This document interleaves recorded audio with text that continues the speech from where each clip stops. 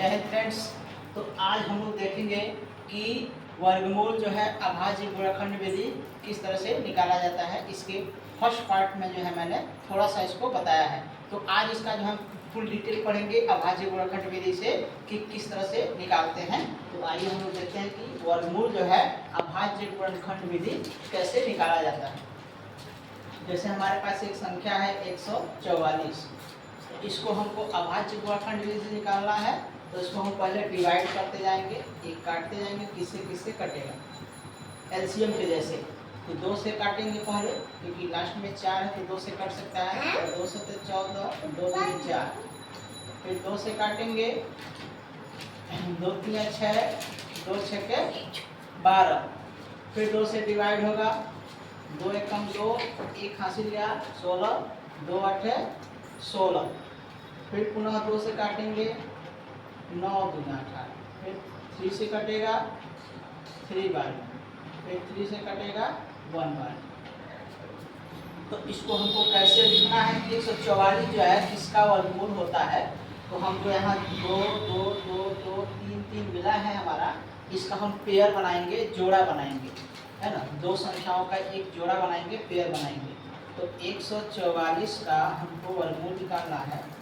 तो इसको लिखेंगे 2 मल्टीप्लाई 2 मल्टीप्लाई 2 मल्टीप्लाई 2 मल्टीप्लाई 3। इसमें 2 संख्याओं का जोड़ा बनाना होता है वर्गमूल में, अभाज्य गुणनखंड में। तो 2 का एक जोड़ा बन जाएगा, 2 का एक जोड़ा बन जाएगा और 3 का एक जोड़ा बन जाएगा।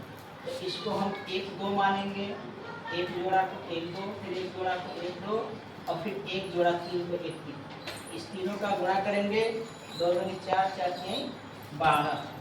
यानी 144 जो है इसका वर्गमूल है, इसका वर्गमूल कितना है 12 है। यानी कि 144 12 का वर्गमूल होता है।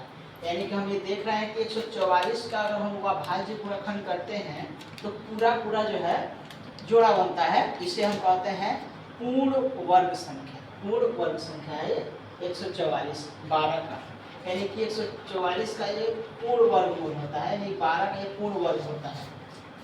अगर मान लें कि अगर कोई जोड़ा बच जाता है, अगर कोई जोड़ा नहीं बनता है, तो फिर उसको कैसे लिखा जाएगा। तो हम ऐसे मानते हैं 180, इसको हम ऐसे अभाज्य गुणनखंड करेंगे।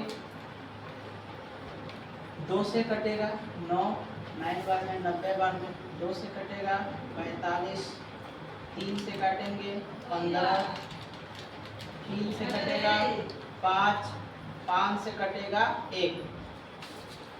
अब इसको हम अभाज्य गुणनखंड में लिखेंगे तो 180 का वर्गमूल लिखना है इस तरह से। अंडर वर्गमूल का चिन्ह बना दिए, यहाँ 2, यहाँ 2, यहाँ 3, यहाँ 3, यहाँ 5। यहाँ पर हम देखें तो एक जोड़ा 2 का बना, एक जोड़ा 5 का बना, एक 5 का जोड़ा नहीं बनेगा। एक 3 का जोड़ा बन रहा है, एक 2 का बन रहा है, एक 5 का जोड़ा नहीं बन रहा है। तो हम इसको क्या करेंगे फिर, तो इसको एक बार 2 मानेंगे एक जोड़ा को, एक 3 का जोड़ा एक 3, और इसको हम अंडर रूट में लिखेंगे, है ना। तो यहाँ मल्टीप्लाई करेंगे, गुणा करेंगे, 2 3 6 और अंडर रूट 5। यानी 180 का वर्गमूल हमारा होगा 6 अंडर रूट 5। तो अगर कोई संख्या का पूर्ण वर्गमूल नहीं होता है, पूर्ण वर्ग संख्या नहीं अगर, तो उसको हम जिसका जोड़ा नहीं बनेगा उसको हम कर्ली में अंडर रूट में लिखेंगे, कर्ली में लिखेंगे, रूट में लिखेंगे, और जो जोड़ा बनेगा उसको हम बाहर लिख करके गुणा कर देंगे। और अगर कहीं पूरा पूरा वर्गमूल बनता है, पूरा पूरा जोड़ा बनता है, अगर कोई संख्या नहीं बच रही है तो हम अंडर रूट में कुछ नहीं लिखेंगे, है ना। यानी कि हम यहाँ 12 करके अंडर रूट में लिखेंगे तो गलत हो जाएगा। तो जब पूरा पूरा वर्गमूल बन रहा है, जोड़ा बन रहा है 2 का 3 का, तो यहाँ कोई संख्या बच नहीं रही है। जब नहीं बच रही है तो हम अंडर रूट में नहीं लिखेंगे, ठीक है। तो ऐसे जो है हम लोग 2 अंकों का, 3 अंकों का, 4 अंकों का, 5 अंकों का अभाज्य गुणनखंड विधि यही होता है। अभाज्य गुणनखंड से वर्गमूल निकालना स्क्वायर रूट का, ठीक है। Thank you.